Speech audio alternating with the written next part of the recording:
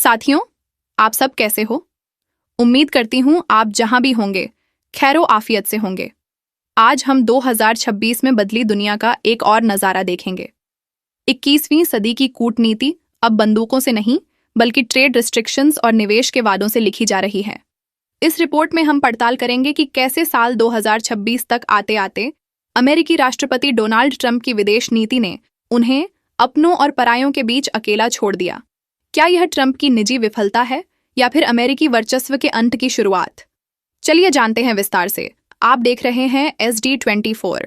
मैं हुमैरा कुरैशी।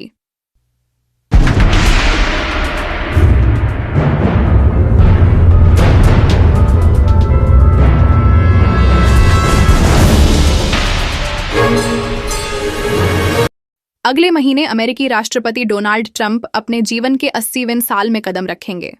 जिस उम्र में नेता अपनी विरासत को सुरक्षित करते हैं, वहां ईरान ने ट्रंप की दशकों की कूटनीतिक होशियारी का एक ही साल में मटियामेट कर दिया।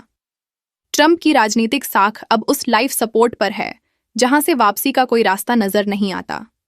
ईरान की रणनीतिक घेराबंदी ने ट्रंप के उस अजेय अहंकार को तोड़ दिया है जिसे उन्होंने सालों से पाल रखा था।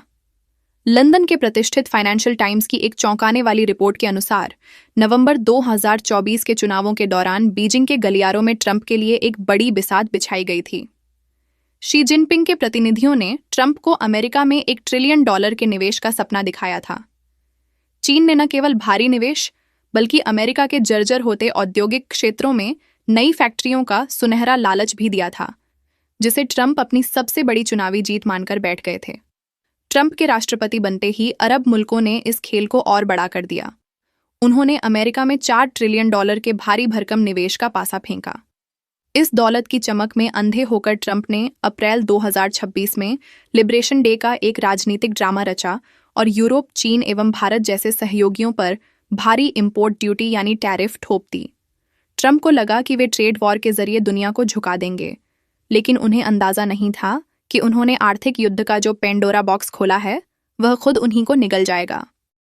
साथियों, SD24 न्यूज़ को 10 मई से मिलने वाला फाइनेंशियल सपोर्ट और YouTube के सभी सोर्सेज से जमा इमदाद हालात को देखते 25 मई को UNRWA में जमा की जाएगी।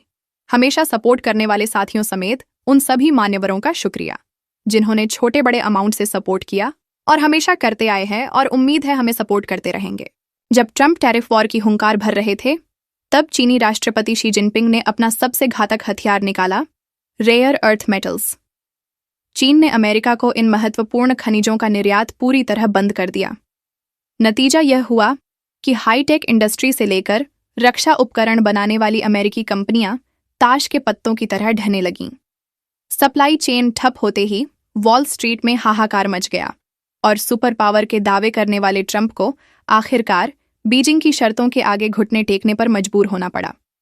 अपनी गिरती साख बचाने के लिए ट्रंप ने एक और ऐतिहासिक बेवकूफ़ी की, ईरान से सीधी जंग।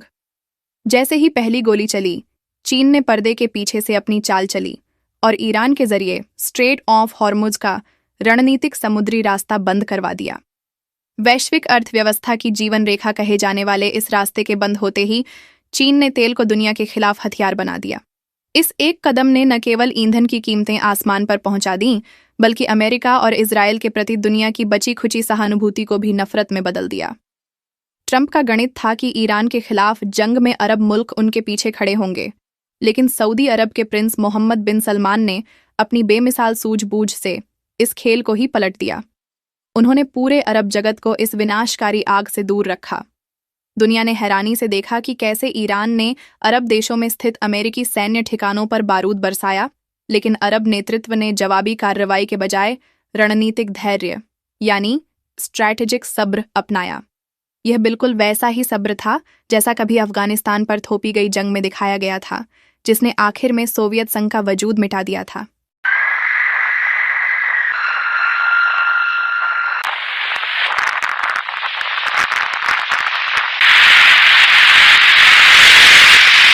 ईरान के साथ इस व्यर्थ की जंग ने अमेरिका में फॉरेन डायरेक्ट इन्वेस्टमेंट के सुरक्षित माहौल को पूरी तरह तबाह कर दिया।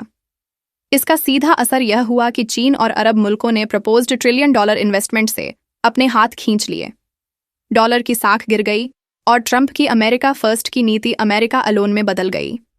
निवेश का यह सूखा ट्रंप के राजनीतिक जीवन के लिए वह अंतिम कील साबित हुआ जिसने उन्हें पूरी तरह लाइफ सपोर्ट पर ला खड़ा किया। डोनाल्ड ट्रंप खुद को दुनिया का सबसे बड़ा डील मेकर और नेगोशिएटर कहते नहीं थकते थे, लेकिन आखिर चीन, ईरान और अरब देशों ने उन्हें नेगोशिएशन स्किल्स का वह पाठ पढ़ाया जो शायद उन्हें ताउम्र याद रहेगा।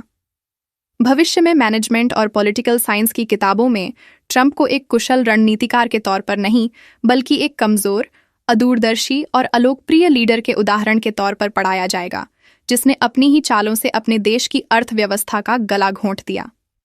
तो यह थी आज की खबरें और एक अहम एनालिसिस। मिलते हैं अगले वीडियो में, तब तक के लिए फी अमानिल्लाह। आप देख रहे हैं सोशल डेमोक्रेटिक न्यूज़ ASD 24।